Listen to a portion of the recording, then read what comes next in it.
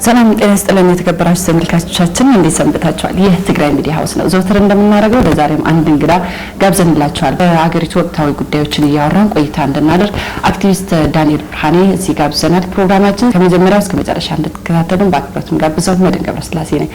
ዳኒኤል እንኳን ደህና መጣ። እንኳን ደህና ቆይሽ መድን። በየጊዜው አዳዲስ ነገሮች እየተፈጠሩ ነው። ብቻ ሀገር መቼም የምትረጋጋው ቶሎ አትረጋጋም። እዛ ተስፈክሮጪ ቢያንስ ላልተወሰነ ጊዜ በዚህ መልኩ ነው የምትቆየው። ምክንያቱም ከዚህ በፊት ሞርታናል ይመስለኛል ማፍረስ ቀላል ነው፣ መዋቅሮች ማፍረስ ቀላል ነው፣ መልሶ መዋቅሮች መገንባት ግን ከባድ ነው። በየቀኑ የሚሰሩ ስህተቶች ደግሞ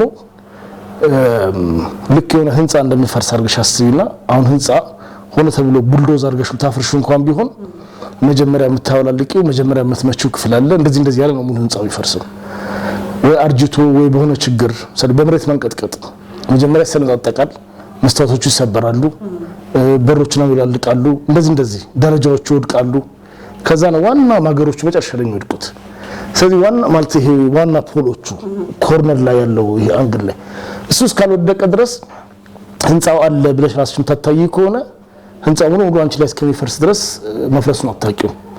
ይሄንን ኬዝ በአገሪቷ ብናመጣ ሀገሪቷ የምትመራባቸው ልማዶቹ ነው፣ አሳሰቦች፣ ስርዓቶች፣ ኖርሞች ሁሉ ነገር ያው በጠቅላይ ሚኒስትሩ ፊት አውራሪነትና በፊት በነበረው መንግስት ነው አሁን ባለው መንግስት ስህተቶችም ጭምር እና ደግሞ ይሄን ለውጥ በሚል ዘፈን ሁሉም ተነቃንቆ አልቆ አሁን ግን መጨረሻ የኮርነር ያሉት አንዶች ፖሎች ናቸው የቀሩት። መከላከያውን አምዳለሽ ታስቢ ትችያለሽ፣ የመሀል አዲስ አበባ ጸጥታን እንደዛ ብሽ ተወስጂ ትችያለሽ። እንደዚህ ነገር ሰው አሁን የመጨረሻዎቹ የተነቃነቁና ያላለቀበት ጊዜ ላይ ያለነው ወይም ይሄን መልሶ ማደስ የማፍረሱን ያክል ቀላልም ፈጣንም አይሆንም። ስለዚህ ላልተወሰነ ጊዜ እንዴት እንገጫገጭ ሀገር ትቆያለች በእርግጠኝነት ማለት ነው። ደግሞ መገጫገጭ እኮ የሰው ህይወት የሚያልፍበት እንዲሁም ደግሞ የኢኮኖሚውን ጉዳይ እንዲሁ መመልከት እንችላለን። እንዲሁም የተለያዩ ጉዳዮች በጣም ይሄ መንገጫገጭ ብቻ አይደለም፣ የሰው ህይወትም በየጊዜው ያለፈ ነው። ስለዚህ አስቸጋሪ የሚባል ጊዜ ያለፈን ነው ማለት እንችላለን። ሰሞኑን አዲስ አበባ ላይ የተፈጠረው ነገር ምን ያመለክታል? በተለይም ደግሞ አክቲቪስት ጆሃር እንግዲህ ሁላችንም እንደምንመለከተው ይሄንን የስርዓት ለውጥ ማለት እንችላለን አላቅም ኢህአዴግ ራሴን የመረጥኩት ጠቅላይ ሚኒስትር እስከሆነ ድረስ የስርዓት ለውጥ አልተደረገም እያለ ክርክር የሚያደርግበት ሁኔታ ስለሆነ እነ ጆሃር ደግሞ አዲስ ስርዓት፣ አዲስ መንግስት፣ አዲስ ጠቅላይ ሚኒስትር አምጥተናል ብሎ ያንን አንድ አመት ሙሉ ሲናገሩበት ነበርና በጆሃርና በዶክተር አብይ መካከል የተፈጠረው ነገር ምንድነው? ባለፈው አዲስ አበባ ላይ የነበረው ነገርስ ምንድነው የሚያመለክተው? የበፊቱ አስተዳደር እና የነበረው አጠቃላይ ሲስተሙ ኮላፕስ አድርጓል። አብይ የዛ ውድቀት ጠቅላይ ሚኒስትር አብይ የዛ ውድቀት አንዱ መገለጫ ነው። የተለያዩ መዋቅሮች መንግስት በሰሜንም ማለት በአማራ ክልል ይሁን በኦሮሚያ ሌሎች አካባቢዎች ፕሮፐርሊ ማስተዳደር ያቃተው የኢኮኖሚ ሂደቱ እየተቀዛቀዘ የመጣ ብዙ ያስተዳደር ብልሽነትም የበለጠ እየተስፋፋ የመጣ ነው። ለአመታት የቆየው የረብሻዎችም ተቃውሞዎችም እየተስፋፉና የተሟሟቁ ከፍተኛ ደረጃ ላይ ደረሱ።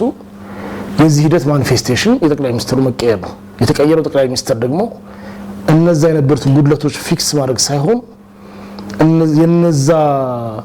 የዛ ትርምሱ አካል ሆኖ መፍትሄ የሚሆነው አጠቃላይ ይህን ሲስተም መቀየር ነው ብሎ ስላሰበ ያን ሂደት ነው ያፋጠነው። ስለዚህ አንድ አብይ ማይልስቶን ነው፣ አንድ ምዕራፍ ነው የሰውየው ጠቅላይ ሚኒስትር መሆን። ነገር ግን የነበረው ስርዓት 20 ምናምን አመት እዚያ ጋር የቆየው ስርዓት የመፍረስ ሂደት ነው። ስለዚህ በአንድ በኩል ስርዓቱ አለ፣ የአመራር ቡድኑ የመንግስት ስልጣን ያዘው የአመራር ቡድኑ በመሰረታዊነት ተለውጧል። ህወሓት የበላይነት የነበረበት ዶሚኔት የሚያደርገው ቡድን ነበረ። ያ ቡድን ተነስቷል። ስለዚህ አመራሩ በመሰረታዊነት ለውጥ አሳይቷል። ነገር ግን ኦቨርኦል እያየን ያለነው የዛው 27 አመት ቀጣይ ነው። የ27 አመት ተቋማዊ ኢንስቲትዩሽናል ዲኬይ የተቋም መበስበስ ገጥሞት እያላለቀ ያለው። በዚህ መካከል ጠቅላይ ሚኒስትር አብይ መጣና አዲስ ነገር ማለት አዲስ ተቋማዊ ማለት ያ ዲኬይ ያደረገ የነበረውን ተቋም ለማደስ ይሁን ወይ ደግሞ ለማሻሻልና ተጠናክሮ እንዲሄድ ከማድረግ ይልቅ በለውጥ ስም የተቋሞችን መፈራረስ ነው እያፋጠነ ሄደው። ስለዚህ የስርዓቱ ገና አልተለወጠም፣ የነበረው ስርዓት ነው። አመራሩ በዋናነት ተለውጧል ማለት መሰረታዊ ለውጥ አሳይቷል። ግን የዛው የውድቀትና የመውረድ ባህሪ ነው። ስለዚህ እንግዲህ በዚህ ማዕቀፍ ውስጥ ነው የአብይንም ማነው የህወሓትንም የጃዋርንም ስቴትመንቶች ምናየው። ህወሓት የመረጠው ጠቅላይ ሚኒስትር ነው እዛ ውስጥ አሁን ምን አለን የሚሉት kind of ዲፕሎማሲ ወይም ፖለቲካ ካልሆነ ቀር ህወሓት በመሰረቱ ተገላለች ያለችው ከኢህአዴግ ውሳኔ አሰጣጥ ውስጥ ማለት ህወሓትን ሙሉ ኢግኖር አድርገው እንደ ቤንሻንጉል እንደ ጋምቤላ ችላ ይሏት አይችሉም። ማለት ትግራይ ነው ህወሓት ብቻ ሳይሆን የትግራይ ያላት የፖለቲካም ሆነ ሌላ ማለት ከህዝቡ ከኤሊት ፓወርም የሚመነጭ ኢንፍሉዌንስ ስላለ እንደ ጋምቤላ እንደ ቤንሻንጉል ኢግኖር ሰጥተው ዝም ብሎ ሊንቀሳቀሱ አይችሉም።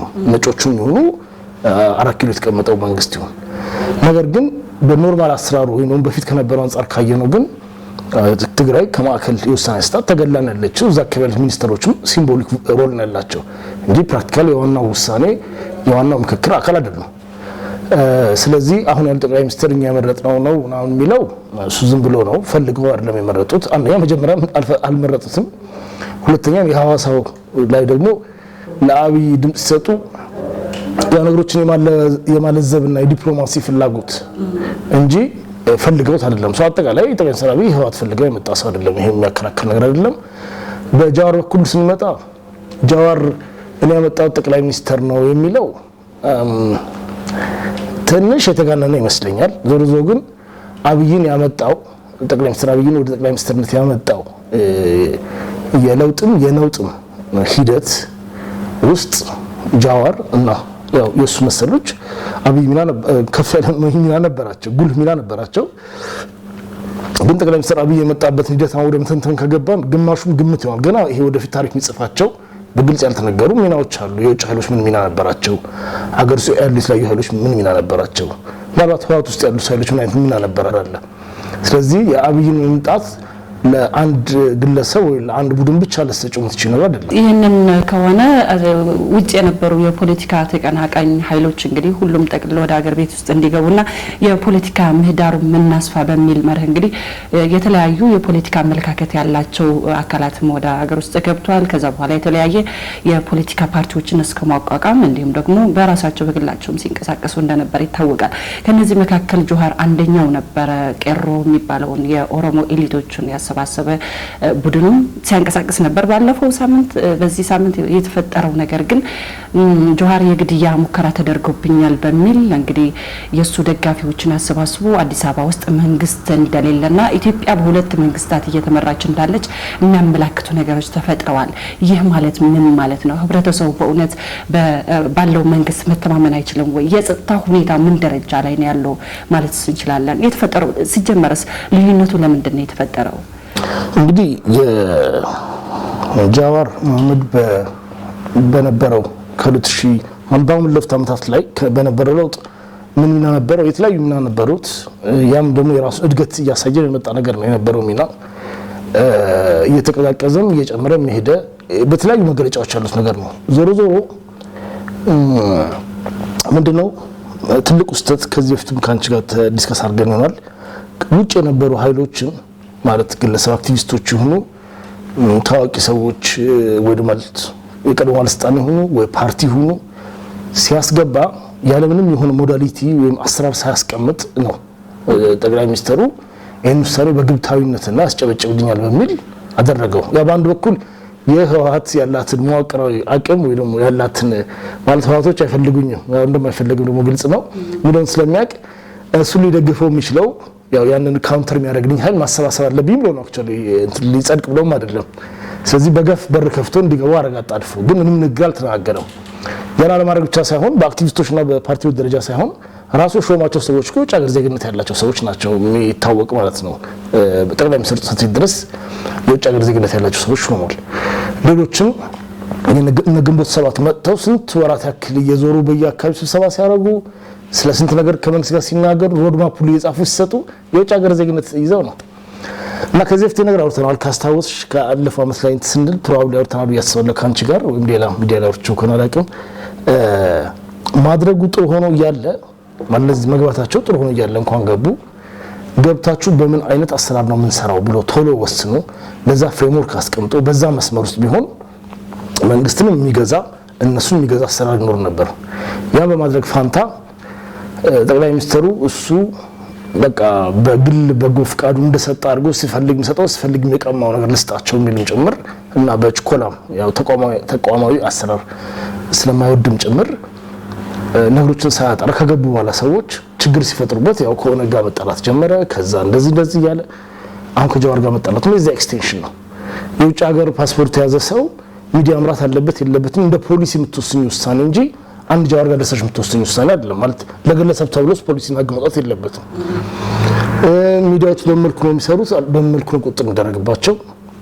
የሆነ ሰው ሲያበሳጭሽ አይደለም ተነስተሽ የምትወስኙ። ጥበቃ ለማን ነው የሚመደበው? ለምንድን ነው የሚመደበው? እስከ መቼ ነው የሚመደበው? በምን ሁኔታ ነው የሚነሳው? የእዝ ሰንሰለቱ እንዴት ነው የሚሆነው የሚለው የሆነ ቀን የሆነ ኢንተርቪው ሰውዬው ሰጥቶ ብቻ በሆነ ነገር ሲያበሳጨሽ ብድግ ብለሽ ደውለሽ የምታጅው ነገር መሆን የለበትም። አሰራር ነው የምታስቀምጪው። በዛ አሰራር ውስጥ ነው ሁሉም ሰው የተስተናገደ መሄድ ያለበት። ስለዚህ ከዛ የሚመነጭ አጠቃላይ ከውጭ ከገቡ ኃይሎች ከጃዋርም ጋር ያለው ችግር በተለይ ግን ወደ ጃዋር ወደ ኦሮሚያ ፖለቲካ ስንመጣ የኦሮሚያ ፖለቲካ ውስጥ በአንድ በኩል አብይ ያው የራሱን ፐርሰናል ኔትወርክም ሎቢ ማድረግ ችሎታም የውጭ ኃይሎች ድጋፍ ተጠቅመው ጠቅላይ ሚኒስትርነቱን ወይ ደግሞ የሁሉ ሊቀመንበርነትን ከለማ መረከብ ችሏል።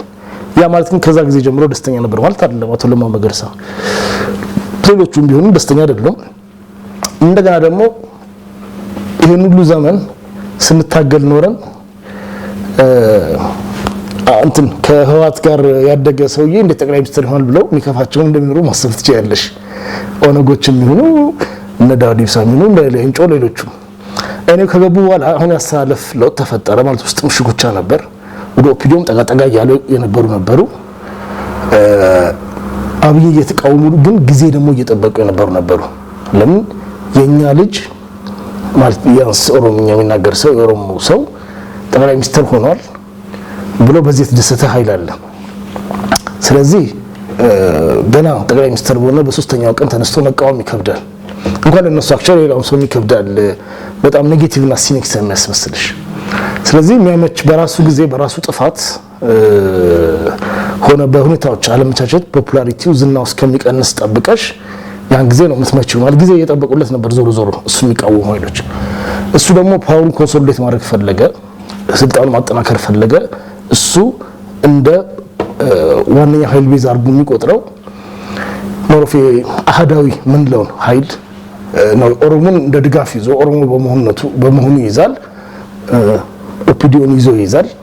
ነገር ግን ናራቲቭ ኢትዮጵያዊነት ገለመሌ በሚለው አርጊ ጠቅልዬ ይዛለሁ። እንደዚህ አይነት ነው ማለት አካሄድ ስልቱ ያው የግል ስልጣኑ ኮንሶሊዴት ማድረጊያ መንገድ። ይሄ ከብሔርተኞቹ ጋር ኖርማሊ የሚያላትመው መንገድ ነው። በዚህ ሂደት ውስጥ ስልጣን ለማሳየት 2-3 የሚያስቸግሩ ነገሮች አሉ። አንድ ህወሓት አሁንም አለች። ስለዚህ ህወሓት ጌታቸው ሰፋ የሚለው ናራቲቭ የሚመጣው ኢንሴኩሪቲ ሲሰማው ነው። እዛ ጋር ደግሞ ኦነግ አለ። የኦነግ ነገርም አንድ ነገር ማድረግ አለበት ማለት የኦነግ ሰራዊት እንግዲህ የነበረው ማለት ነጃል መረው የሚመሩት ወለጋ ላይ አለ፣ ጉጂ ላይ አለ። እንደገና ደግሞ ጃዋር አለ።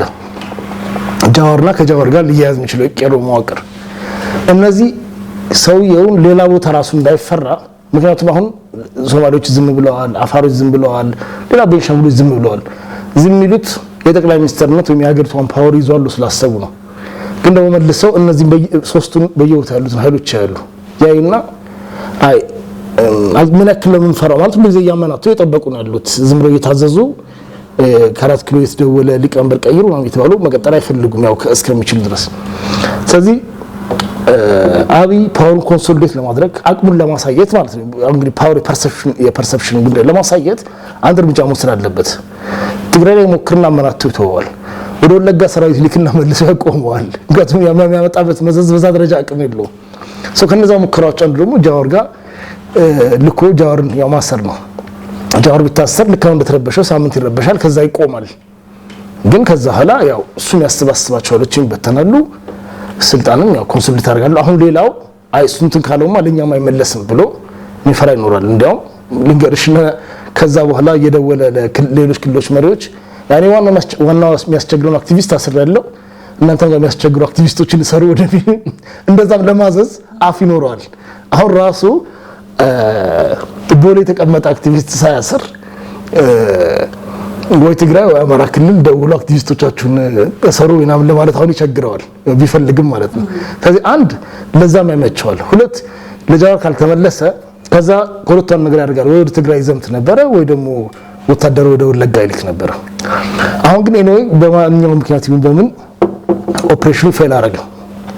ፌል ሲያደርግ የጃዋርን ለማሳደድ የተደረገ ኦፕሬሽን ሲከሽፍ በጣም ነው ባክፋየር ያደረገበት። ጃዋር የነበረውን ስታተስ ፈንዳሜንታሊ ነው የቀየረው። ጃዋር እስካሁን ድረስ አክቲቪስት ነው የነበረው። እስካሁን ድረስ ለቄሮ ንቅናቄ ምንድነው ቃል አቀባይ ነው የነበረው። ልክ በዚህ ሁኔታ ሰማዕትም ማርቲርም በአንድ በኩል ጃዋር ራሱ ቅርቃር ውስጥ ነው የገባው። ከዚህ በኋላ ላይክ ዝም ብዬ መንቀሳቀስ ያስሩኛል ማለት ቀን ነው የሚጠበቅለት ማለት ነው እኮ ያው ምልክቱን በግልጽ አይቶታል። ከዚህ በፊቱ ዝም ብሎ ቲዮሪቲካል የሆነ ማለት እንዲላርጉ ይችላሉ የሚል ስጋት ሳይሆን በተጨባጭ ያየው ነገር ተሞክሮበታል። ስለዚህ የእልህና ያው የሞት ነው ከዚህ ወር የሚዋጋው ወይ አገር ጥሎ ካልሄደ በቀር።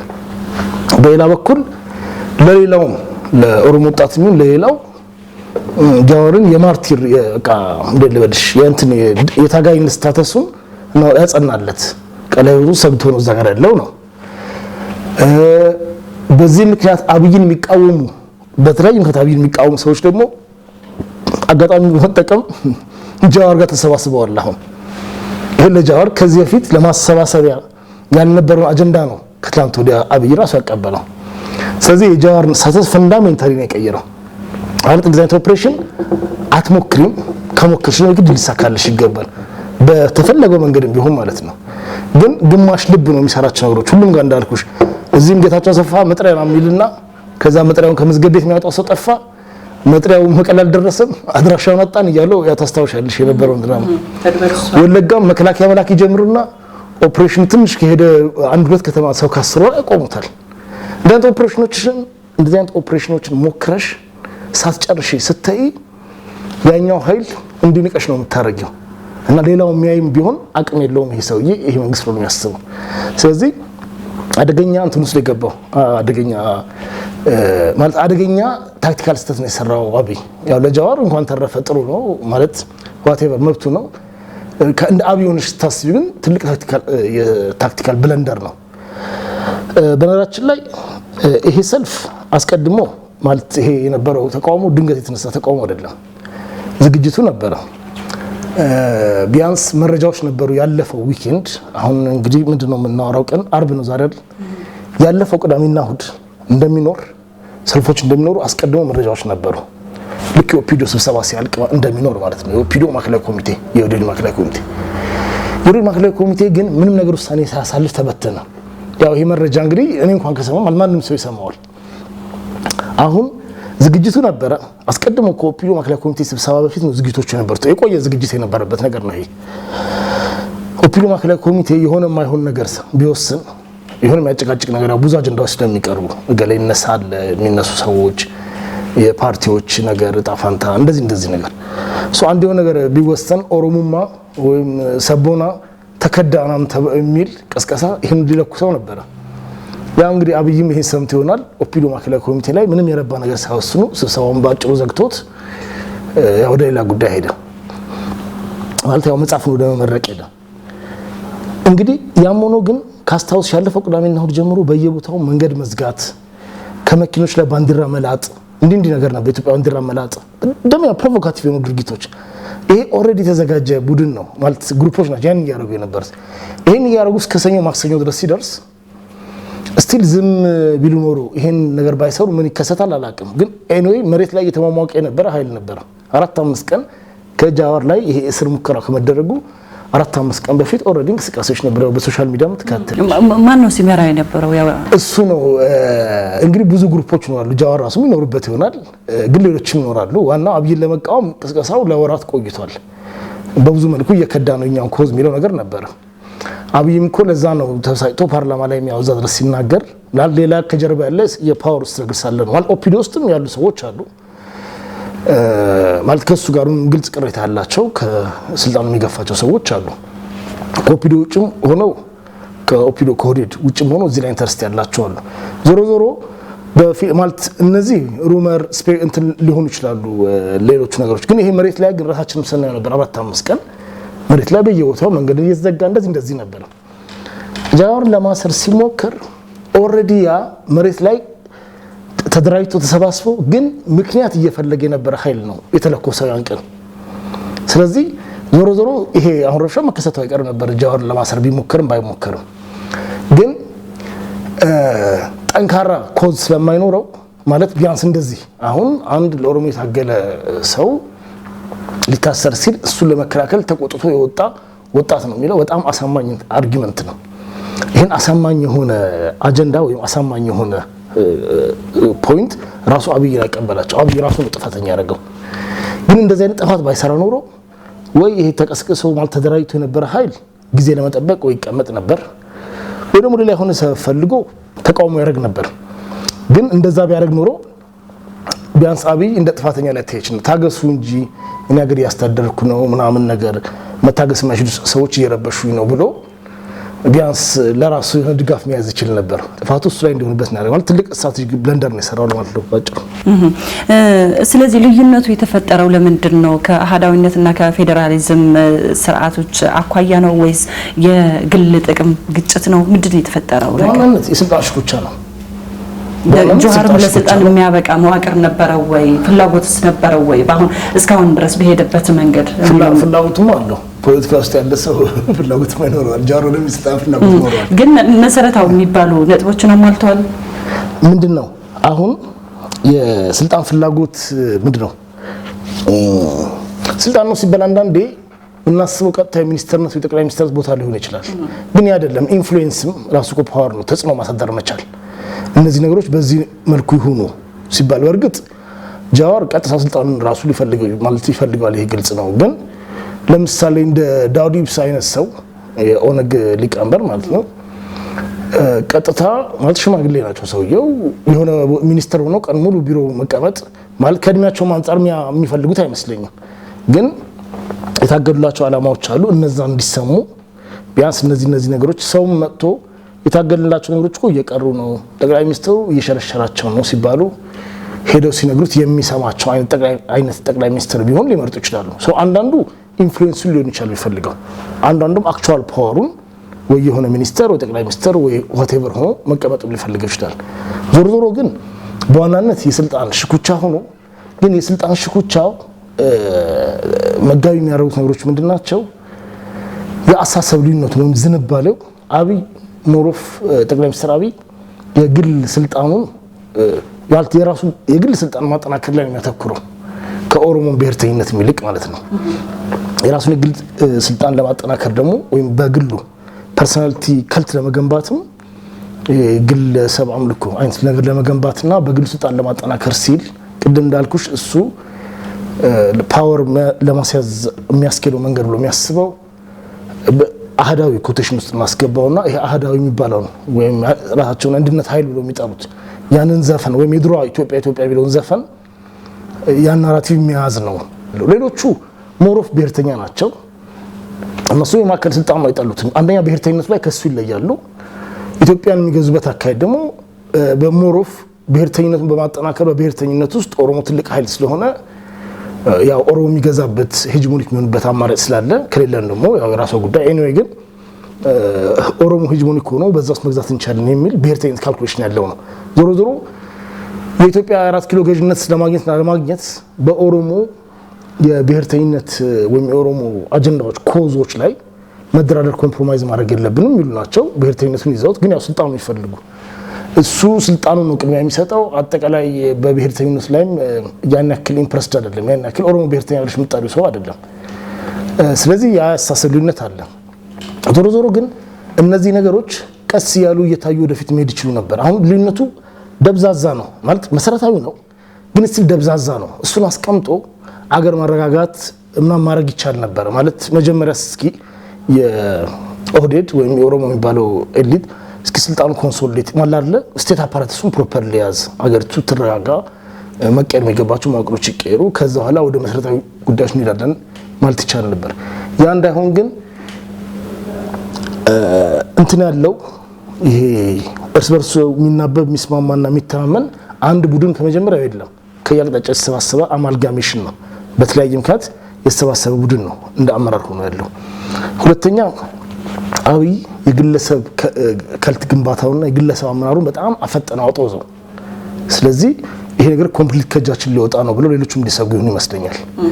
ምንድነው የስልጣን ሽኩቻ እኔና አንቺ መካከል መነሳቱ ባይቀርም ከዛሬው መሰብሰብ ከጀመርኩኝ አንቺ ላይ ግራ ይገባሻል። ፖለቲከኞች ናቸው ሁሉ። ግን ረጋ ብለን አጀንዳዎች ላይ እየሰራን ብንቆይ የዛሬ ሳምንትም የዛሬ ወርም ማለት ያው በመንግስት ታስቢሉ በአመታት በኋላ ላይደርሰን ይችላል ነበር። 2-3 አመት በኋላ 5 አመት በኋላ እንደዚህ ህዋት ውስጥም እኮ ያጋጥማል። ግን ከ10 አመት በኋላ ከዛ ልዩነታቸውን የሚያጦዝ ውጫዊ ሁኔታ ተፈጥሮ የኢትዮ ኤርትራ ጦርነት ተፈጥሮ እንዲህ ናምን ነው እንጂ ፖለቲከኞች ናቸው። ገና 83-85 ላይ መጣላት ይችሉ ነበር ማለት መጣላት ይፈልጉ ኖሮ ግን ያው ቅድሚያ በርግጥ እነሱ የረጅም ጊዜ ጓደኝነት አላቸው። ያው ይሄ አሁን ያለውን ቡድን ከህዋት ጋር ታንጣጥረው እቺ የ6 ወር የ1 አመት ቡድን ነው ማለት ምንድነው አመጣጥ ታሪካቸው መሰረታዊ ልዩነት አለው። ይሄ በ10 አመት የተገነባ ጓደኝነትም አሰራርም ትራዲሽን ነው ያለው። ግን ዞሮ አብዮተኞች ከተወሰነ ጊዜ በኋላ መጣላታቸው የተለመደ ነው። እሱ አይደለም ችግሩ። ይሄኛውን ለምንድነው ያፈጠነው ሲባል ግን የአብይ የግል ባህሪም ያለበት ይመስለኛል። ያሳሰብ ልዩነት አላቸው፣ ስልጣን ፍላጎት አላቸው። በዛ ላይ ደግሞ አብይ ምንም አይነት ተቋማዊ አሰራር ስለሌለ ሁሉ ነገር በሱ ብቻውን ውሳኔ ላይ የሚወሰንና ላይ ስላረገው ያ በጣም ያፈጠነው ይመስለኛል። በግል ውሳኔ ላይ መመራቱ ሳይበቃ ብሔርተኝነቱ የነሱን ያክል ስለማይጋራው የኦሮሞ ኮዞችንም ለድርድር የሚቀርቡ አርጓቸው የሚል ጥርጣሬም ስላለ እነዚህ ተደራርበው ልዩነታቸው እንዲጦዝና እዚህ ደረጃ ላይ እንዲደርስ ያደረገ ይመስለኛል። ምናልባት በዚህ መልክ ከቀጠልን አሁን ጀዋር ሰሞኑን ደግሞ ከዛ ከሁኔታዎች ከተፈጠሩ በኋላ ያደረገው ንግግር ነበር ከአባ ገዳዎች ጋር ተሰባስቦ እንግዲህ ካም በኋላ ብትነኩም ከዚህ በላይ ከዚህ የባሰ ጉዳይ ነው የሚያጋጥመን ሀገር እናፈርሳለን የሚል ማስፈራሪያ መልእክት ያለው ጉዳይ አቅርቧል እና ምናልባት የዶክተር አብይ የጸጥታ ሁኔታ የቱ ጋር ያለው የአቅም ሁኔታ ማነጻጸር እንችላለን። ምናልባትስ በሁለት መንግስታት ነን ወይ የምንመራው የሚለውን ነገር ብራሽ ላይ ያለፈው ጊዜ ኢንተርቪው ላይ ስለ አናርኪው ስናወራ ምን ብዬሽ ነበር ካስታወስሽ? በየቦታው አሁን አገሪቱ ውስጥ ያለው ስርዓት አልበኝነት ወይም የመዋቅር መፍረስ በየቦታው ያለ ነገር በየአካባቢው መንገድ መዘጋት፣ ድንጋይ መወርወር ምናምን ብቻ ሳይሆን ራሱ የፌዴራል መዋቅር ውስጥ በሚኒስትር መስሪያ ቤቶች መካከል እና በጠቅላይ ሚኒስትሩና በሚኒስትሮች መካከል እንኳን ያለው ግንኙነት ሁሉም በየራሱ የሚሄድበት አይነት ነው። እንደዛ ነገር ብዬ ነበር ዲስክራይብ ያደረኩት ካስታወስሽ። የጃዋር ኬዝ ያን ነው ፕሩቭ ያደረገው። ጠባቂዎቹ ከአዛዦቻቸው ይልቅ ጃዋር መስማት ነው የመረጡት። ምናልባትም ኦፕሬሽኑ ይሄ ነገር ከመደረጉ ገና ሲታሰብ ከሳምንት በፊት ወር ከቀናት በፊት ተነግሮትም ሊሆን እንደሚችል መገመት ይቻላል። ለጃዋር ስልክም ኢንተርኔትም እንዳይሰራ ማድረግ ቀላል ነው። ቢፈልጉ እንኳን ቴሌን የያዘ መንግስት ቀርቶ በፕራይቬት ሴኩሪቲ ፊርም እንኳን የተወሰኑ ኤሌክትሮማግኔቲክ ዌቭ የሚለቅ ቱል ባንድ ሚኒባስ ጭኖ ጃዋር ቤት አካባቢ ያቆመው እንዳለ ጃም ያደርገዋል የአካባቢ ኔትወርክ። ይሄን ኦፕሬሽን ይፈጽማሉ ስትይ መሀል ላይ የለገሙ ሰዎች አሉ ማለት ነው። የአብይ መንግስት ውስጥ በፌዴራል ደረጃ ማለት በኢትዮጵያ ደረጃ ሳይሆን በፌዴራል ደረጃ ራሱ አንድ ኮሄረንት የሆነ ወጥነት ያለው አመራር እንደሌለና እዛ እሱ ራሱ የተበተነ እንደሆነ ሆኖ ቆይቷል ለወራት ወይም ከዓመት በላይ። ይሄ የመጨረሻው ማሳያው ነው። ይሄ ፈታኝ ነገር ሲመጣ በትክክል መዋቅሩ ትክክል እንደማይሰራ ነው ያሳየው። ፌዴራል ፖሊስ አንድ መግለጫ ወጣ፣ ኦሮሚያ ሌላ መግለጫ ወጣ። ኦሮሚያ ሌላ መግለጫ ሲያወጣ የአቶ ለማ መገርሳም ያን ተስማምቶበት ነው የፓርቲው የኦህዴድ ምክትል ሊቀመንበር ስለሆነ የኦሮሚያ ፖሊስ ኮሚሽን ከጎናችሁ ነን ሲል ኢቲቪና ዋልታ ደግሞ ኦሮሚያ ውስጥ የተፈጠረውን ነገር ኦልሞስት ሽብር አስመስለው ያቀርቡታል። የዛ መንግስት ውስጥ ያለው ከፍተኛ የሆነ የሐሳብም የአሰራርም ያሳሰም ልዩነት ነው በጣም አጉልቶ ያወጣው። ስለዚህ ይሄ አናርኪው ቀውሱ ዲስፈንክሽናሊቲው ከዓመት በላይ ቆይቷል። ይሄ ኬዝ ግን እቺ ፈተና ግን እቺ ቴስት ግን በግልጽ እንዲወጣ እንዲጋለጥ ነው ያደረገችው። ከዚህ በኋላ ቀጣይ ምን ይሆናል? በመሰረቱ እስካሁን ከነበረው ብዙ የተለየ አይደለም። ያው ይሄ ፈተናው እንዲጎል ያደረገው ግን የፌደራል መንግስቱ ማለት ያው አብይ ማለት ነው ሁለት አማራጭ አለው። አንድ አግሬሲቭ እርምጃ ወስዶ ደጋግሞ በማሰር የሚቃወሙ ሰዎች ደጋግሞ በማሰር ወይ ደግሞ የሆነ ከባድ እርምጃ መውሰድ መንግስትነቱን ለማሳየት መሞከር። ግን ይሄን ደጋግሞ አስቦታል፣ ደጋግሞ ተመክረዋል። ማለት አድርግ ተብሎ ከነ ኢሳት ጀምሮ ይሄን አድርግ ሲባል ነበረ። ማድረግ አልቻለም፣ ፈርቷልም ጭምር። ማለት ሲምፕሊ ያን ለማድረግ የሚያስችል የሚፈቅድለት መዋቅርም የለም። ስለዚህ የበለጠ የተዳከመና የጸጥታ መዋቅሩም ውስጥም ያለው ክፍተት አሁን ያው ይፋ ስለወጣ የተበተነ መሄድ ነገር ነው የሚኖረው። ስለዚህ ኢትዮጵያም እስካሁንም ያው ፌደራል መንግስቱ ነው ብለው አንድ ወጥ መዋቅር አልነበረውም። አሁን ደግሞ አንድ ወጥ መዋቅር እንዳልነበረው ገሃድ ሆኗል ማለት አይቶ ሰው ኦኬ መከላከያው ፖሊሱ ፌደራል መንግስትን ዞር በል ሊለው እንደሚችል ግልጽ ሆኗል። እንግዲህ ይሄን ካየ በኋላ የሆነ ቦታ ላይ መከላከያ ዘምታለው ምናምን ወደሚል ቅብጣት አይገባም። ከቱም መከላከያ ማንኛውም ጊዜ ውስጡ ሊበተን እንደሚችል አሁን በጣም ግልጽ ሆኗል። ውስጡ ያለው በተራ ወታደር ደረጃ የእዝ መዋቅሩ ላይ ፌደራል መንግስቱ ላይ ጥያቄ ያለ ሆኗል። ስለዚህ የሁለት መንግስት ያልሽው ሁለት ብቻ ሳይሆን አላቅም ኦሬዲ ዳዘን አካባቢ መንግስት አለን። አልበየታው ብዙ መንግስት ነው ያለው። ስለዚህ አንድ አዲስ ተጨማሪ መንግስት ያው እስካሁንም ዴፋክቶ ነበር የጃዋር መንግስት፣ አሁን ተጨማሪ ፋን የሆነው ከኦህዴድ ውስጥ የተወሰነ ኃይል ከነሱ ጋር እንዳለ ግልጽ ነው። አብይ ደግሞ ጠቅላይ ሚኒስትርነቱና የተወሰነው ማለት ያው ማህተሙ የኦህዴድ ሊቀመንበርነት ማህተሙ እሱ ጋር ነው እና ደግሞ የተወሰነ ኃይል ደግሞ ከሱ ጋር እንደሆነ ግልጽ ነው። ግን እሱ የሚደግፉ ወይ ደግሞ እሱ ባይደግፉም እነ ጃዋርን ኦነግን የሚቃወሙ ሰዎች እንዳሉ ደግሞ የዛ ያክል ታይቷል። ስለዚህ እነሱ ወደ ማጠናከር በመግባት ግጭቱን ሆሪዞንታል ለማድረግ የሚሞክር ይመስለኛል። ያ ነው ፊዚብል የሚሆንለት መንገድ። ሌላ የድርጅት ቡድን ማደራጀት ነው ከቄሮ ጋር የሚዋጋ። ይሄን ነው መስላክ የሚጠቀመው አካሄድ ማለት በየቦታው ግጭቶቹ ሆሪዞንታል ሲሆኑ ያን ሰፈጥ ማለት እርስ በርስ እንዲሆን ማለት ነው። ያን ጊዜ ይሄን ለማረጋጋት በሚል ፖሊስ ትልካለሽ። ለምንድን ነው ይሄን ጨዋታ የዛሬ አመት ነው 2 አመት እና አብይ 2010 መጋቢት ላይ ነው አብይ ጠቅላይ ሚኒስትር ሆኖ 2009 ክረምት ላይ ይሄን ጨዋታ ተጫውተዋል። በእነ አንድ የተወሰነ አካባቢ ተቃውሞች ሲነሳ ማለት እንግዲህ ማን የተጫወተው ዞሮ ወደ ብሌም ውስጥ አልግባና ግን ዞሮ ቄሮ አንድ ቄሮ ቡድን ሰልፍ እንትን ሲያደርግ ያ ሰልፍ የኦነግ ቡድን እንደሚያደርገው ነው የሚገመተው። ግን እነ አብይና እነ ለማ ደግሞ ከዚህ ጀርባ ያለው ህወሓት ነው ብለው አመኑ ወይ ደግሞ ቢያንስ አልፈለጉትም ፎርዋት የበሪዝን። ስለዚህ እነሱ ፎሎ የሚባለውን የአባገዳ ቡድን እንዲሁም ሌላ ቄሮ ቢያ ነው መሰለኝ ቄሮ ቢያ ቄሮ ቢሉስማ 2-3 አሉና ብቻ ሌሎቹን በማሰባሰብ እነዛን ተቃውሞ እንዲወጡ እነዛን እንዲያስሩ በማድረግ ነው አጽፋ ላይ መመለስ የሞከሩት። ያን ጊዜ እንኳን እንስቀጣ መከላከያን ስለማያዙ ነው፣ 2 አስቸኳይ ጊዜ አዋጅን ስለሚፈሩም ጭምር ነው። አሁን አብይ ያንን ጨዋታ ነው መልሶ የሚደግመው። ፍሮም ዘ ስክሪፕት ነው እኮ ማለት ያደረጉት የነበረው ጨዋታ ነው። አሁን እዚህ ተጫውተው የነበረው ያኔ ኦሮሚያን ይዘው ከፌደራል መንግስት ጋር ሲታገሉ ይጠቀሙ የነበረው የቄሮ ጨዋታ ነው። አሁን ፌደራል መንግስትን ደግሞ ይዘው የሚጫወቱት። ስለዚህ አብይን የሚቃወመው ግሩፕ እዛ ኦህዴድ ውስጥ ያለው ከነጃዋሪዎቹ ጋር በመተባበር ቄሮ አንድ ነው የቄሮ ቡድን አስመስቶ ይሄን ሲያደርግ አብይና ሌሎቹ ደግሞ ሌሎቹ ወጣቶችን አደራጅተው የጎንዮቹ አጸፋ እንዲመለስ የማድረግ ሙከራ ነው የሚሞክሩት። ግን በዛ ሂደት ፓወር በማሳየት ባላንስ ለማድረግ ካልሆነ በቀር አሸናፊ ሆነው ይወጣሉ ብለው ያጠራጥረኛል። አንደኛው ለይቶለት ወደ አስቸኳይ ጊዜ አዋጅ ካልገባ በቀር የአስቸኳይ ጊዜ አዋጅ ደግሞ መከላከያ እንደዛ አይነት ሰፊ አስቸኳይ ጊዜ አዋጅ ለመፈጸም የሚችልበት ቁመና ላይ አይደለም ያለው። ለጊዜው ልትበትኙ ታሰማሩት ይችላልሽ። ግን ከዚህ በፊት እንደነበረው እኮ አስቸኳይ ጊዜ አዋጆች ካስተዋልሽ የመጀመሪያው ላይ ነው እንጂ ሁለተኛው ላይ ተዳከመ ነው የነበረው። ጠንካራ መሆን አልቻለም። አስቸኳይ ጊዜ አዋጅ እያለው ይረበሽ ነበር እና አሁን ደግሞ አስቸኳይ ጊዜ አዋጅ ቢታወጅ ምናልባት ወደ አብይ እንትን ቤት ወይም ቢሮ ሆ ያሉ እንዳይመጡበት ይከላከልለት ይሆናል እንጂ ሙሉ የማረጋጋት አቅም ያለው አይሆንም። አሁን ያለው የቄሮ እንቅስቃሴ የኦሮሚያ ህዝብ ጥያቄ አልተመለሰም ከሚል አንግል ነው ወይስ ቡድኖች በሚያደራጁትና የራሳቸውን ፍላጎት ለማሟላት በሚሄዱበት መንገድ ነው እየተመራ ያለው የሚለው ራሱ ጥያቄ ውስጥ የሚገባ ይመስለኛልና የትኛው ቢቀድምና አሁን ቄሮ የሚባል የኦሮሞ ኤሊቶች እንቅስቃሴ በየትኛው መንገድ ቢሄድ ጥያቄዎቹን ዳይሬክትሊ በማቅረብ ነው መመለስ የነበረባቸው ወይንስ የተወሰኑ ቡድኖች መጠቀሚያ ነው መሆን የነበረበት የሚለው ጥያቄ እኮ በብዙ መልኩ ሊፈጠር ይችላል። ለምሳሌ አንዳንዴ በመሪው ላይ እምነት ማጣት ራሱ ጥያቄ ነው።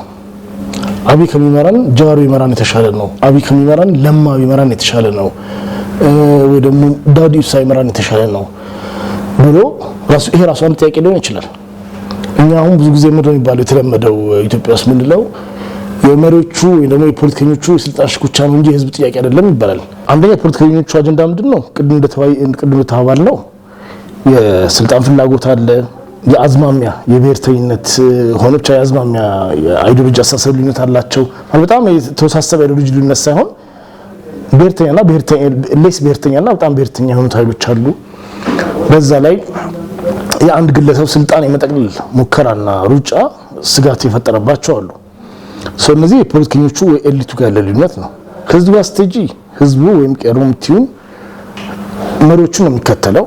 ሲከተል ሲቃወም እገሌ እስካልደገፈው ድረስ ይሄን ስርዓት ወይ ደግሞ ይሄውን ያለውን አካሄድ ወይ አብይ ምን አካሄድ እገሌ እስካልደገፈው ድረስ ጥሩ አይደለም ብሎ እምነቱን ጃዋር ላይ ጣለ፣ እምነቱን ዳውድ ኢብሳ ላይ የጣለ ወይ ደግሞ እምነቱን ሌንጮ ላይ የጣለ አለ። ስለዚህ አንዳንድ ጥያቄዎችን ነው የሚወጣው። አንዳንድ ጥያቄዎች ሳይመለሱም ህዝብ ቁጭ ብሎ ብዙ ጊዜ ይቆያል። ለምንድን ነው ሜቢ አሁን ይሄን ጥያቄ ላይ መመለስ ማለት ነው አጀንዳ ነው እሺ። ለምሳሌ ኦሮሚያ ቋንቋ ጥያቄ፣ የፊንፊኔ ጥያቄ፣ እነዚህ ጥያቄዎች እነዚህ ጥያቄዎች ለመመለስ ቢቻል ኖሮ ያረጋው ነበር ይሄ ሰውዬ ወይ ይሄ ድርጅት አሁን ቢያስቸግር ነው እንጂ ብሎ እምነት ጥሎም ዝም ብሎ የሚቀመጥበት ጊዜ አለ። በዛ ሰውዬ ላይ እምነት ከሌለው ደግሞ እንደዛ አይነት ጥያቄዎች ሳይኖሩ እንኳን ሲምፕሊ ይሄ ሰውዬ መቀየር አለበት ብሎ ወደ ሰልፍ ሊወጣ ይችላል። ስለዚህ የቄሮ ጥያቄ ምንድነው ስንል አንዳንዴ ለፖለቲከኞቹ ባሉ ሎያሊቲ ወይ እምነት ላይ ሊመሰረት ይችላል። ከዚህ ከሰሞነኛ ጉዳይ ወጣ እንበልና ሌላኛው ጉዳይ ደግሞ የውህደቱ ጉዳይ ነው። የፓርቲው ውህደት ጉዳይ የከሰመ ነገር ይመስላል። የሁለት ጎራዎችም የተፈጠሩ ይመስላሉ። የአሃዳዊነትና እንዲሁም ደግሞ የፌዴራሊስት ኃይሎች ጉዳይ ውህደቱን ጎራ ያዙ ነገር ይመስላሉ። እንዴት ተመለከተዋለህ? ህወሓትም በመግለጫ ደረጃ ያወጣው ጉዳይ ነበረ። እንዲሁም ደግሞ ዶክተር ደብረጽዮን ደግሞ ሰሞኑን ለሚዲያዎችም እንዲሁ መግለጫ የሰጠበት አጋጣሚ ነበርና ሌሎች ሚዲያዎች ዶክተር ደብረጽዮን የተናገረው ሌላ ሆኖ ሳለ ሌሎች የአማራ ክልል መገናኛ ብዙሃንም ጨምሮ እንዲሁም ደግሞ ሌሎች ትላልቅ የሚዲያ አውታሮችም በተለየ መልኩ ሲተረጉም ተስተውለዋልና ምን ማለት እንችላለን? ዶክተር ደብረጽዮን ያሉት ምናልባትም ሐዋሳ ላይ የነበረውን የ11ኛው የኢህአዴግ ጉባኤ መርህና ስርዓት ከተከተለ የኢትዮጵያ የአብዮታዊ ዲሞክራሲ ጥያቄ ውስጥ የሚያስገባ ከሆነ ውህደቱን እንቀላቀላለን ማለታቸው ከውህደት ጋር ጥያቄ የለንም በሚል ነው እንግዲህ ሚዲያዎቹን ያነሱትና በምን መልክ ነው ማየት ያለብን ይህን ጉዳይስ? እዚህ ጋር ሁለት ሶስት ነጥቦችን እንትን አድርገን እንሂድ። መጀመሪያ የፓርቲው የኢህአዴግ ውህደት ለምንድን ነው የተፈለገው? የኢህአዴግ ውህደት የተለያዩ ኃይሎች የሚቃወሙት ለምንድን ነው? የሚያቀርቡት ምክንያትና እውነተኛ ምክንያታቸው ሁለቱም መለየት አለብን። የኢህአዴግ ውህደት ለምን የተፈለገው ስንል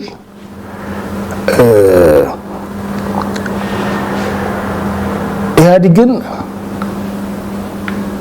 ለማፍረስ ወይም ደግሞ ኢህአዴግ በፊት በነበረው ቅርጽ ኢፒአርዲኤፍ as we know it እንዳይቀጥል በመፈለግም ጭምር የበፊቱን ካራክተሩን በመሰረታዊነት ለመለወጥ አንዱ ቲፒኤልኤፍን መጠቅለያ መንገድ ነው። ቲፒኤልኤፍ ነው ትንሽ አፈንግጦ ያለው ግን ቲፒኤልኤፍ ብቻም አይደለም እነ ብአዴንም እነ ኦህዴድም ማዕከል ላይ የሚወሰነው ነገር የሚያፈነግጡት ማለት ለማፈንገጥ አሁን ካለው አገሪቱ ውስጥ ካለው ብሔርተኝነት አንፃር የክልል አደራጀት መኖሩ ለዛ ምቹ ሁኔታ ፈጥሯል። እዚህ ለአብይ ኮንሶሊዴት ለማድረግ ስልጣኑን ለመጠቅለል ሰርፕራይዚንግ ተቃውሞ እንዳይገጥመው አሁን ኦህዴድ ላይ ተመርጦ ከዛ ሄዶ ኢህአዴግ ላይ ተመርጦ እንደዚህ ነው። በዚህ መካከል አንዱ ሊከዳው ይችላል። ስለዚህ ያን ስልጣን የማጠናከር የመጠቅለል ጉዳይ ነው። አላማው ከዚህ ራቅ አይደለም። ፓወር ኮንሶሊዴት የማድረግ የአብይ ስልጣን የማጠናከር ሂደት ነው። ይሄን ደግሞ የሚያማክሩት ሰዎች ግን ይሄንን ፑሽ የሚያደርጉት እነ ዶክተር ብርሃኑ ነጋ ግን አጀንዳቸው ኢህአዴግን ማፍረስ ነው ማለት ይሄ ሂደት ኢህአዴግን እንደሚያፈርሰው ያውቃሉ። ሲያፈርሰው ከዛ በኋላ ብልጽግና ፓርቲ ይሁን ወይናም ፓርቲ የፈለገውን ስም ሰጥቶ አብይ ቢያቋቁም ያንን ፓርቲ ማፍረስ አይቸግራቸውም።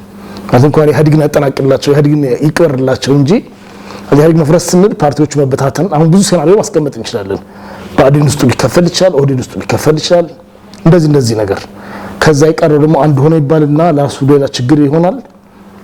ኤኒዌይ የኢህአዴግ ነገር በአንድም በሌላ መንገድ ይፍረስ እንጂ ከዛ አብይ የሚያቋቁመው ፓርቲ ብዙም አያስቸግረንም።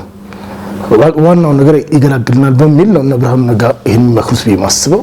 አብይ ግን ስልጣኑን ለማጠናከር መሞከር ነው። ከዛ ሲቀጥል የሚቃወሙት ኃይሎች ስለምንድነው የሚቃወሙት ስትይ ህወሓት የምትቃወመው ስለሚጠቀልላትና ስልጣኗን ስለሚወጥ ነው። አንደኛ አህዳዊነት የሚለው አርጊመንት አያስኬድም።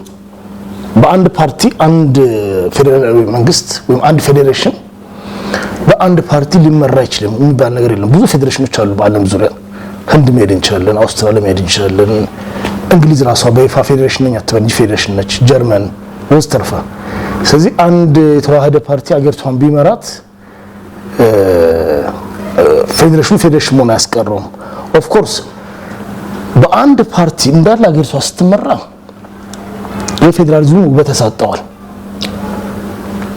ለምን ፌዴራሊዝም ውስጥ የተለያዩ ክልሎች የተለያየ ነገር መወሰን ወይ ደግሞ ኤክስፐሪመንት ማድረግ ሲገባቸው በአንድ ማዕከል ብቻ እየወሰኑ ስለሚሄዱ ግን 27 ዓመትም እኮ እንደዛ ነው የነበረው። በዲሞክራሲያዊ ማዕከላዊነት ተጠርንፈው ትግራይም ባሌም ግብርና መር ፖሊሲ የተመሩ ነበር እኮ ማለት ከመሬት አድቫንቴጅ ከናው አንፃር ከየራሳቸው አንፃር አይተው እንዳይሰሩ ማለት ነው። የምታመርችው ማለት የግብርና ስትራቴጂ ሆኖ የቱሪዝም የኢንዱስትሪ የትምህርት ምንም ዲፈረንሺዬሽንና ኤክስፐሪመንቴሽን የሌለው በአንዱ አህዳዊ በሚመስል መልኩ ነው። ከቱም ኢህአዴግ እንትን ስለነበረ ዲሞክራሲያዊ ማዕከላዊነቱ በጣም የከረረ ስለነበረ ስለዚህ አሁን ያለውን ቅርጽም ኢህአዴግ ይዞ እንደ ዲሞክራሲያዊ ማዕከላዊነት አይነት በጣም ጥብቅ ድርጅታዊ አሰራር ከተከተለ ፌዴራሊዝሙ ወይም በፌዴራሊዝሙ ምክንያት የሚገኘው ኤክስፐሪመንቴሽን ይሄ የተለያዩ ነገሮችን የሞከረ ድልን ሊያጣብብ ይችላል።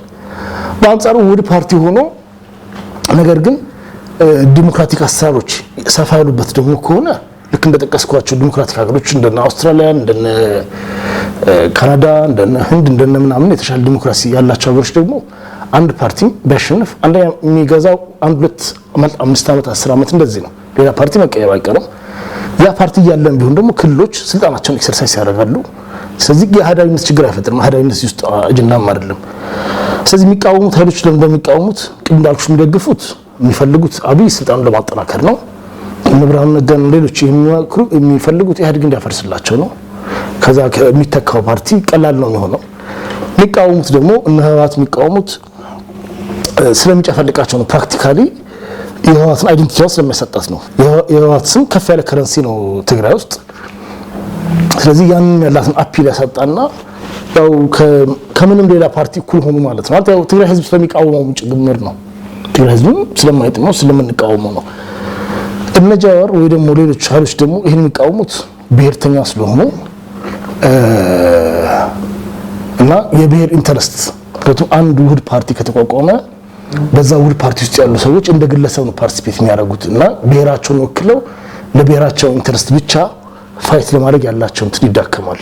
ልክ ለምሳሌ ካቢኔ ውስጥ ያለ ሚኒስተር አሁን በፌደራል መንግስት ውስጥ ካቢኔ ውስጥ ያለ ሚኒስተር ትግራዊ ቢሆንም ኖርማሊ ማለት ነው ያው ትግራይ ነገር ስለሚያውቅ የትግራይ ነገር ያንጸባርቅ ይሆናል። ይሄ ነገር ግን እኮ አንዳንድ አካባቢ አይሰራም እንደዚህ ይላል። ያው ከየአካባቢ ሰው መሾመሽ ነው ጥቅሙ። ነገር ግን ካቢኔ ውስጥ ትግሮች ስለ ትግራይ ኦሮሞች ስለ ኦሮሞ አይደለም የሚከራከሩት። ታቱም በቃ እንደ ግለሰብ እዛ ተቀምጠዋል ለኢትዮጵያ እንዲያስተዳድሩ ማለት ነው። ውህድ ፓርቲ ልክ እንደ ፌደራል ካቢኔ ነው የሚሆነው። እዛ ውስጥ የሚገባ ሰው ኢትዮጵያን እንደ ኢትዮጵያ እንድታስብ ነው የሚባለው ማለት ኦሪየንቴሽኑ እንደዛ ነው የሚሆነው። ስለዚህ ሌሎች ኃይሎች ግን የሚቃወሙት ከብሔርተኝነት ነው። ይሄን ካልኩሽ በኋላ ህወሓት ግን የምትቃወመው ማለት ከስልጣን አንፃር መቃወም አንድ ነገር ሆኖ ከብሔርተኝነት አንፃር እቃወማለሁ አልቃወም የሚለውን መወሰን አልቻለችም። እዚህ ላይ ህወሓት ማጥራት ያለባት ነገር አለ። የኢትዮጵያ ውስጥ ያለው አሁን ያለው ትግል የመደብ ትግል ሳይሆን የብሔርተኝነት ኤትኒክ ኤሊት ኮምፒቲሽን ያለው በብሔር ፖለቲከኞች በብሔር ኤሊቶች መካከል ለስልጣን ለሪሶርስና ለናራቲቭ የሚደረግ ፉክክርና ትግል ነው ያለው። ይሄ ትግል ላልተወሰነ ጊዜ የሚቀጥል ነው፣ በአንድ 10 ዓመት የሚቀጥል ነው። ይሄ በመሆኑ ምክንያት ውህድ ፓርቲ ብለሽ የትግራይ አይደንቲቲ ማጥፋት አትችይም። የትግራይን መብት በበለጠ አድቫንስ ለማድረግ ግንባር፣ ጥምረት፣ ቅንጅት ጥሩ ሊሆን ይችላል። የትግራይ ፓርቲ የሚል አሟሙተሽ ብልጽግና ፓርቲ ውስጥ ይሁን ራሱ ኢህአዴግ የሚባል ፓርቲ ውስጥ አስገብቶ መሄድ ከዚህ በፊት የዛሬ ከዓመታት በፊት ማለት ነው ህወሓትም አብራ ከሌሎቹ ጋር ስለመዋሃድ ስታወራ ነበረ። ያ የብሔርተኝነት ዝንባሌውን ትታ እንደ መደብ ትግል ወይ ደግሞ የክላስ ፓርቲ ነኝ የመደብ ፓርቲ ነኝ የሚል አዝማሚያ ይዛ ስለነበረ ነው። ያ ግን ባለፉት ዓመታት በነበረው ትምህርት ከቱም የሆነ ጊዜ ላይ ሚሊኒየሙ አካባቢ የብሔር ነገር የተቀዛቀዘ መስሎ ነበር ለብዙ የፖለቲካ ተንታኞች በዛ መስሎ ነበር። በዛ ጊዜ ለምን አሰቡ አይደለም እሱ ያው በማንኛውም ጊዜ ምን አሰቡ ታስቢ ትችላለሽ። ነገር ግን አሁን ባለፉት ዓመታት ያየነው ነገር ኢትዮጵያ ብቻ ሳይሆን በዓለም ላይ ራሱ የብሔርተኝነት በጣም ማገንገን ነው እያየን ያለ ነው። ስለዚህ በዚህ ሁኔታ ኢህአዴግ በፕሮግራም አንድ ቢሆንም እንኳን ውህድ ፓርቲ መሆን የለበትም። ምክንያቱም ሺህ ጊዜ ፕሮግራሙ ቢዋሃድ ብሔሮች ካልተዋሃዱ ስቲል ትግራይም አለ፣ አማራም አለ፣ ኦሮሞም አለ። ስለዚህ ፕሮግራሙ የሁሉም አንድ እንኳን ቢሆን ስቲል ብሔሮቹ የተለያዩ እስካሉ ድረስ በብሔሮቹ መካከል የስልጣን ፉክክር አለ፣ የሪሶርስ የሀብት ፉክክር አለ። ሶስተኛ የናራቲቭ ማለት ስለ ታሪክ ያለን አተያይ፣ ስለ ስልጣን ስለ ባህል ያለን አተያይ፣ ነገሮች ዘወይ ፎርዋርድ እንዴት ነው ሼፕ መደረግ ያለባቸው፣ ትናንት እንዴት ነበር ነገ እንዴት ነው መሆን ያለበት ምን ላይ ኢትዮጵያ ብሔሮች በቁጥራቸው ልክ ልዩነት አላቸው ኦልሞስት። ይሄ ልዩነት ባለበት ሁኔታ ለዚህ ራስ ኮምፒውተር ታደርጊያለሽ። ኢህአዴግ እኮ አንድ ማዕከላዊ አንድ ጠርናፊ ሆኖ በቆየበት ባለፈው 20 ዓመት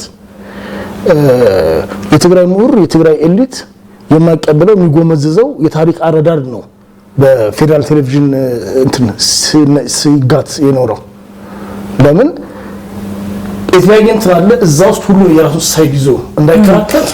ግን ምናልባት ውህደት ከኢህአዴግ ጋር ስናያይዘው ኢህአዴግ ካሁን በፊትም እንደ ኢህአዴግ ሆኖ ሲቀጥል የነበረው በብቸኛ ፓርቲነት ነው። አሁን ለምሳሌ በፕሮግራምና ፖሊሲዎችን ብናይ ህወሓት የሚያስፈጽመው ፖሊሲ እንዲሁም ደግሞ ቢአደን ሲያስፈጽመው የነበረው ፖሊሲ ከኦዲፒ ሲያስፈጽመው ከነበረው ፖሊሲ አንድ አይነት ነው። ከፌደራል በሚመጣላቸው የፕሮግራም መሰረት ነው በየክልላቸው ሄደው በሚያስተዳድሩት ህዝብ ላይ የሚያስፈጽሙትና ይህንን በሆነበት መንገድ ነበረ ኢህአዴግ ሲመጣ የነበረው። አሁንም ውህደቱ ቢቀጥል አንድ አይነት ፕሮግራም ቢኖራቸው በዚህ ውህደት ቢቀጥሉ ምን አይነት ልዩነት ነው ከብሔር ከህዝቦች መቀላቀልና ለመቀላቀል ማያያዝ የምንችለው እንዴት ነው? በፊት የነበረው ኢህአዴግ ኦልሞስት የውህድ ፓርቲ ጸባይ ነው እኮ ነበር። ሰው ያ ተመልሶ መምጣት የለበትም። ለምን ተመልሶ መምጣት የለበት? ለምን ትክክል ያልነበረው የነበረው አካሄድ ለምሳሌ ስለ አድዋ ድል በዓል እሱም በጣም ሴንሲቲቭ ስለሆነ ነው። ግን ሌሎች ነገሮችም ብቻ የታሪክ ነገሮችን እናውራ። ለምሳሌ ስላለፈው ታሪክ ወይም ስለወደፊቱ ወይም ስለተለያዩ የባህላዊ መገለጫዎች ሉክ የአሸንዳ ጉዳይ እኮ በኢህአዴግ ስራ አስፈጻሚ ውስጥ ወይም በህወሓት ስራ አስፈጻሚና በአዴን ስራ አስፈጻሚ ውስጥ እንደ ጓደኛ እስኪ እንዳንጣላ እንዴት እናርግ ተብለው እዛው ገለውት ነበር የሚመጡት። ይሄ እንግዲህ የኤትኒክ ኮምፒቲሽን በብሔሮች መካከል ያለ ፉክክር አንዱ መገለጫ ነው። የሪሶርስ ጉዳይ ከትግራይ ያ ሁሉ ወርቅ ይሄደ ያ ሁሉ ሰሊጥ ይሄደ ሰሊጡ የጎንደር ሰሊጥ ይባላል የፉክክር ጉዳይ እኮ ነው። የሁመራ ሰሊጥ ነው የምትይው የጎንደር ሰሊጥ ነው ይባላል። እነዚህ እኮ ትርጉም ያላቸው ናቸው። የሪሶርስም ጉዳይ አለ እዚህ ውስጥ የናራቲቭ የራስ እይታ ማለት የብሔር ፖለቲካስ ምንድነው ራስሽን የምታይበት መንገድ ማለት ነው። ያንቺ ብሔር የሆነ ሰው ወይ ደግሞ ልካም ከትግራይ የተወለደ ሰው ወይም ከአማራ የተወለደ ሰው በማንነቱ እንዲኮራና ሰራስ ከፍ ያለ ግምት እንዲሰማው ሰራስሽ የምትነግሪው ነገር አለ። ስለዚህ ናራቲቭ ላይ ኮምፒውተር ታደርጊያለሽ። አድዋ ድል ላይ የተዋጋ አብዛኛው ኦሮሞ ነው የኦሮሞ ፈረሰኛ ነው ሲል ለልጁ የጀግንነት ታሪክ አለን ብሎ ኮመንገር እኮ ስለሚፈልግ ነው። ይሄ ኮምፒውተር ያደርጋል ማለት ይሄ ፉክክር አንድ መፎካከሪያ ነጥብ ይሆናል። እነዚህ ነገሮች በእነዚህ አሁን ይሄን የሚያዳምጥ ሰው ምን ሊለኝ ይችላል? ዳኒኤል እንደዚህ አይነት ላይ መጨቃጨቅ ወይ ደግሞ እንደዚህ አይነት አንዴ በታሪክ አንዴ በእርስ በርስ ነው ይበልጥ ከመጨቃጨቅ ይልቅ አንድ መሆን አይበልጥም ወይ ሊለኝ ይችላል። ነው ወደ አንድነት ስትመጪው ተፈካክረሽም ተከራክረሽም ተደራድረሽም መጨረሻ አንድ የሆነ የጋራ የሚያስማማን እይታ ፈጥረን በዛው መኖር እንቀጥላለን። እኛም እኮ ሁሌ እንደዚህ እንኖራለን ማለት አይደለም፣ ልጆቻችን እንደዚህ ይኖራሉ ማለት አይደለም። ነገር ግን ሁሉም በጠረጴዛው ዙሪያ ራሱን በበቂ መጠን የሚወክለው ኃይሎች ተቀምጠው ኖረው ነው እነዚህ ነገሮች ሶልቭ እያደረጉ የሚሄዱት። ለዚህ ነው የብሔር ፓርቲ የሚያስፈልገው። የብሔር ፓርቲው ያለማቋረጥ ጸቡን ለመቀጠል ሳይሆን ለነዚህ ነገሮች ለሁሉንም ባላንስ ያደረገ እነማን እንደሚመክሩት ማይታወቅ ጠቅላይ ሚኒስትር ከሆኑ ሰዎች ጋር ቁጭ ብሎ እንደዚህ አይነት ኢትዮጵያዊነት ይሻላል ብሎ እንደ ጠንቋይ በር ዘግቶ የሚወስንባት ሀገር ሳትሆን ትግራይ የሚወክል ፓርቲ፣ ኦሮሞን ከልቡ የሚወክል ፓርቲ፣ ሌላ ምን ከመገረጃ ጀርባ በድብቆሽ ምናምን ሳይሆን በይፋ ማለት ነው የሚወክሉ የብሔር ፓርቲዎች የሪሶርስ ክፍሉን፣ ስልጣን ክፍሉን፣ የናራቲቭ ክፍሉን ሶርት አውት እንዲያደርጉት ነው። የኢህአዴግ ዲሞክራሲያዊ ማዕከላዊነት ይህንን ነው የገደበው። የኢህአዴግ ስራ አስፈጻሚ ውስጥ ያለ አንድ ኦሮሞ ያን ጥያቄ ካላነሳ በአጠቃላይ ያ ጉዳይ በቴሌቪዥን በተለያዩ ማህበራዊ መድረኮችም በምርጫ መከላከል አይሆንም ማለት ብዙ ነገሮች በሚስጥር ነው የተወሰኑ የመጡት አውሳስን ደም ሳንሰማው ለመከላከል ምድር ሳይኖረን። ስለዚህ ምንድነው ማለት የፈለኩት ፕሮግራሙ አንድ እንኳን ቢሆን ብሔሮች ውስጥ ካሉ ድረስ ለምሳሌ ይኸውልሽ አንድ ምሳሌ ልስጥሽ። የሚያዋጣው ኤክስፖርት መር ኢንዱስትሪያላይዜሽን መከተል ነው አለ ኢህአዴግ እንበል። ጥሩ በኤክስፖርት መር ኢንዱስትሪያላይዜሽን ውስጥ ትግራይ የበለጠ ተጠቃሚ እንድትሆን ወይ አማራ የበለጠ ተጠቃሚ እንድትሆን ኢቭን በክልሉ ብቻ ሳይሆን ኢቭን አዲስ አበባ ላይም ቢሆን የትግራይ ባለሀብቶች ወደ ኋላ እንዳይቀሩ የኦሮሞ ባለሀብቶች ወደ ኋላ እንዳይቀሩ ብሎ እነሱን ወክሎ ያንን አጀንዳ የሚያራምድ ኃይል ያስፈልጋል። ስለዚህ ፕሮግራሙ ቢዋሃድ እንኳን ብሔሮቹ አልተዋሃዱም ያልኩሽ ለዛ ነው። ብሔሮቹ አሉ፣ በብሔሮቹ መካከል ያለው ኮምፒቲሽን አለ። ያ ኮምፒቲሽን አሁን ኢኮኖሚ ሲያድግ መዋቅሮቻችን ተቋሞቻችን በደንብ ሲጠናከሩ የብሔር ኮምፒቲሽኑ እየለዘበ ይመጣል። እስቲል ይኖራል፣ አይጠፋም። እነ ስኮትላንድ እነ ካናዳ እነ ስፔን በየቦታው እናያለን አሉ እኮ እነዚህ ሙሉ ሙሉ አይጠፉም። ግን ምሳሌ ጠንካራ ተቋማዊ አሰራር ስትገነቢ የግድ ለዛ ብሔር የሚከላከልለት በተለይ እሱ ለይቶ የሚከላከልለት የማስፈለጉ እየቀነሰ ሊመጣ ይችላል። የኢኮኖሚ መስተጋብር በጣም ሲጠነክር ግላዊነት ወይም የግለሰብ ፖለቲካም እየሰፋ የመሄድ ዕድል ከፍ ያለ ማለት መሄድ ዕድል ሳለው ወይ ደግሞ በሌላ መልኩ እናስቀምጠው በተለያዩ ብሔሮች መካከል ያለው የኢኮኖሚ ትስስር ከፍ ባለ ቁጥር የሚያገናኛቸው ነገር ወይ የሚያለያያቸው ነገር ብሔራቸው ብቻ ሳይሆን ሌሎች የሚያስተሳስባቸው ቦንዶች ወይ እነዚህ ሲቪክ አጠቃላይ ሶሻል ካፒታል ምን ውስጥ የሚገባው ትረስትም ቦንድ ምናምን ስለሚጠናከሩ በአንጻራዊነት አስፈላጊነቱ እየደበዘዘ ሊሄድ ይችላል። በአንጻራዊነት ሙሉ ሙሉ ባይጠፋ እንኳን። ስለዚህ እነዛ ነገሮች እስከሚፈጠሩ ድረስ ግን በቢያንስ አጭርና መካከለኛ ጊዜ የብሔር አደራጀት የግድ አስፈላጊ ነው የሚሆነው። ምናልባት በአሁኑ ወቅት በውህደቱ ምክንያት በማድረግ እንግዲህ ቀደም ሲል አንስተልኛል በኦዲፒ እንዲሁም ደግሞ አዴፓ ፓርቲ ውስጥ የልዩነት መፈጠሩ አይቀርም። ፓርቲዎቹም አቅም አጥተዋል። በህዝባቸው መካከልም ደጋፊነትም የድጋፉ ሁኔታም ቀንሷል። ይህንን ከተመለከተም ምናልባት ህወሓትም እቃወማለሁ የሚል አቋም ስለያዘችም ይሆናል የህዝቡ ድጋፍም እስካሁን ድረስ ያለው እንዲሁም ደግሞ የመንግስት መዋቅሩም በክልሉ ስላልፈረሰ ነው። የነዚህ ፓርቲዎች የህዝብ ድጋፍ ማጣት ለኢህአዴግ መፍረስ ምክንያት አይሆንም ወይ? ምናልባት ኢህአዴግ እስከፈረሰ ዶክተር አብይ በስልጣን የመቆየት አዝማሚያ ወይም ደግሞ ሁኔታ እንዴት ሊፈጥርለት ይችላል የሚለው ይሄን ነገር ማሰብ ስላልተቻለ ነው ወይ? በአንድ በኩል ኢህአዴግን ማዋሃድ ይችላለሁ። ከስልጣን ከኢህአዴግ ጋር ተያይዞ አሁን ስልጣን ኢህአዴግ እጅ ነው ያለው።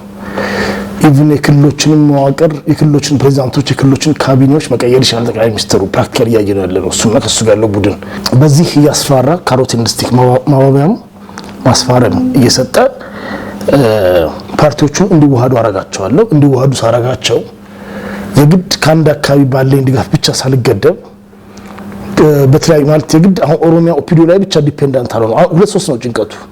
አንድ ህወሓትን ቀጣይ ደግሞ ማፍረስም ነው መቋጠር ሳልቻለ በዚህ መንገድ ጥርናፍ ውስጥ ማስገባት ነው።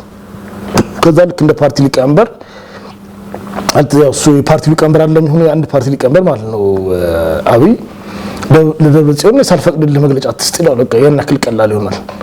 አሁን ደብረጽዮን ሌላ የሚመራው ፓርቲ ስላለው ጭምር እንደ ኢህአዴግም ይስማማሉ እንደ ህወሓትም እንትን ይላሉ። ለዚህ አንድ ማሳያ ልስጥሽ። አሁን ህወሓት ያወጣው መግለጫ ላይ ስለ ውህደቱ ትችት ያስቀመጠውን ምን እያለ ነው የፌደራል ሚዲያ እየተነጫነጨ ያለው? የፓርቲ ዲሲፕሊን በጣሰ መልኩ የወጣ መግለጫ እያሉ ነው የነበሩት። አሁን የኢህአዴግን ከኢህአዴግ ዲሲፕሊን ውጭ ነው መግለጫ የሰጠው ደብረጽዮን ነው። ግን ስቲል እንዳሰጥ ማን ፈቀደልህ ነገር ደግሞ እንዳይሉ ሌላ ፓርቲ ያለው ሌሎች ፓርቲዎች ከፈረሱ ማለት በቃ ህወሓት የሚለው ከፈረሰና የኢትዮጵያ ብልጽግና ፓርቲ ወይም የአብይ ፓርቲ አባል በቃ ሲምፕሊ አንዱ አመራር ኮነ ደብረጽዮን ሆነ ጌታቸው ረዳ ከዛ ላይ ሲምፕሊ ዝም ብሎ ማለት ይቻላል ማለት በዲሲፕሊን አሁንም እኮ ማለት ምንድነው ሞር ቀላል ያደርግለታል ነው ዞሮ አሁንም አትበሉ ማለት ባይቀርም ወይ ደግሞ ቢችል የተለያዩዎችን ያደርግ ነበር የመቻል ጉዳይ ነው የግድ ውህድ ፓርቲ ተፈጠረም ልዩ አቅም ኦቨርናይት ያፈጠረው ግን ብቻ ዋን ሌስ ፕሮብሌም ነው ቀላል ያደርግለታል ችግሩ ሌላው የሚያስቸግረው ኦህዴድ ውስጥ ያለው ነገር ነው ኦህዴድ ያለው ሰዎች በብሔርተኝነትም በእንትን የተሳቡ ማለት ኦህዴድ ለራሱ የራስ ምታት ሆኖበታል አንዴ በፌደራሊዝም አደራደረን በመግለጫ ያወጣል አንዴ ምናምን ስለዚህ ኦህዴድ ውስጥ የሚፈጥርበትን ችግር ዲፊውዝ ለማድረግ ነው ኢትዮጵያ ብልጽግና ፓርቲ አሁን ኦህዴድ የሆነ ቀን ሊያባሩት ይችላሉ አብይን ከኦሮሞ ኮዝ ጋር ከጣላና ኦሮሞ ውስጥ ያለው ተቃውሞ እየጠነከረ ከሄደ አሁንም ስቲል ገና ነው አብይ ማለት ኦሮሞ ውስጥ አለው ቢያንስ ኦሮሞ ውስጥ ነው ኦህዴድ ውስጥ በደንብ ሰው አለው አቁቶለታል የሚባለው አሁን ትንሽ የተጋነነ ነው ነገር ግን ዞሮ ኦሮሚያን እያየ ነው መቆየት የሚችለው ማለት ያይዘዋል ኦሮሚያ ውስጥ ያለውን ፓወሩ አከስመዋል ወደዛ ደግሞ ሲሄድ አማራ ጋር ሌላው ያለው ድጋፍ ይቀንሳል ይሄንን ለመወጣት ትክክለኛው መንገድ አማካይ የሆነ ሐሳብ ማምጣትና ለዛ ደግሞ ከልቡ የሚያምንበት አባል ወይም ድርጅት መፍጠር ማጠናከር ነው ራሱ ኢህአዴግን በዛም ሾፕ ማድረግ ነው ግን ያን ከማድረግ ይልቅ ያው ጠቅላይ ሚኒስትራችን አቋራጭ መንገድ ነው የሚወደው ስለዚህ ፓርቲዎችን ቢቀላቅላቸው ከዛ የዛ ፓርቲ ሊቀመንበር ምንም ሆኖ ለመቀጠል የተወሰነ አማራ የተወሰነ ኦሮሞ የተወሰነ ሶማሌ ድጋፍ ይዞ መሄድ ስለሚችል የኦሮሞ ብሔርተኞች ህዋት አትረብሾ የኦሮሞ ብሔርተኛ ያረብሾ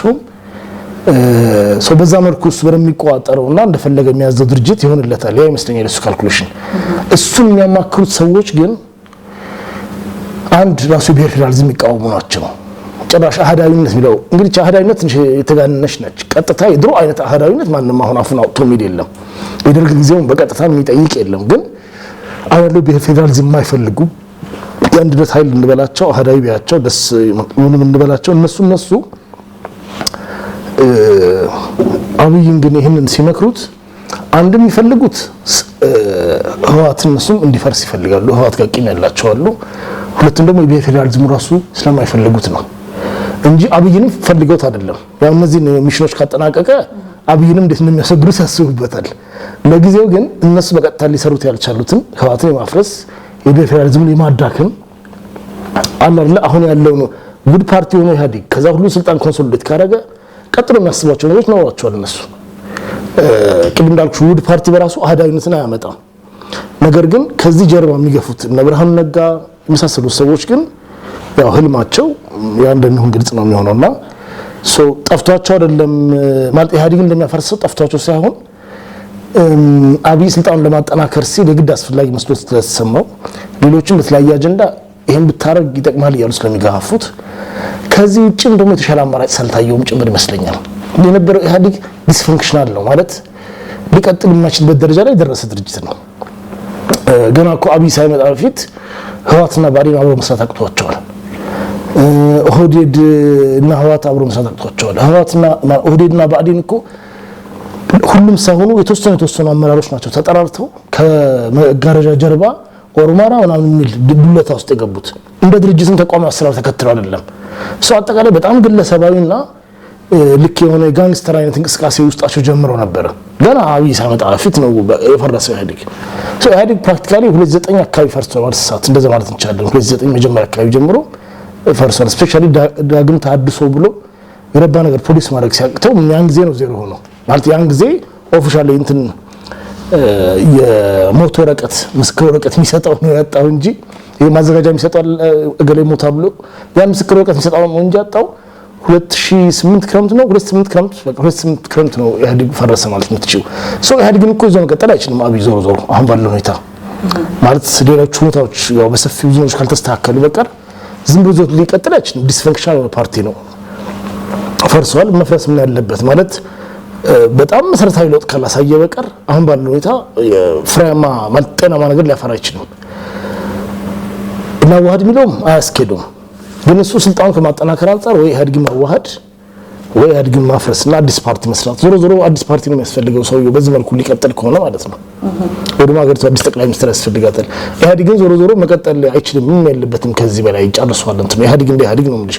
ፓርቲዎች በዛ ውስጥ እየሰሩ ማለት መስራት አቅም ያላቸው ድርጅቶች አሉ እንደ ህወሓት አይነቶች። ብአዴን ዕጣ ፈንታው እንዴት እንደሚሆን ብዙም አይገባኝም። ማለት ዲስፈንክሽናል ድርጅት ነው እሱ። ኦህዴድ ሪፎርም አድርጎ የመቀጠል እድል ኖሮ ይችላል እና ከሌሎች ጋር ተቀላቅሎ ዞሮ ኦህዴድና ብአዴን በደንብ ራሳቸው አሻሽለው እና ከሌሎች ደህና ስትራክቸርና ደህና አቅም ካላቸው ድርጅቶች ጋር ተቀላቅለው ሪሌቫንት ነው መቀጠል ይችሉ ይሆናል።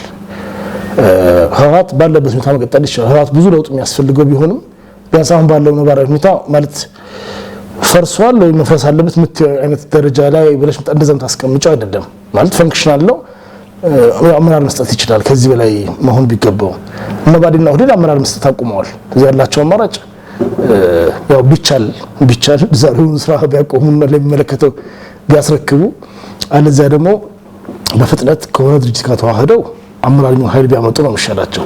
ደህዴን እንደዛው ፈርሷል።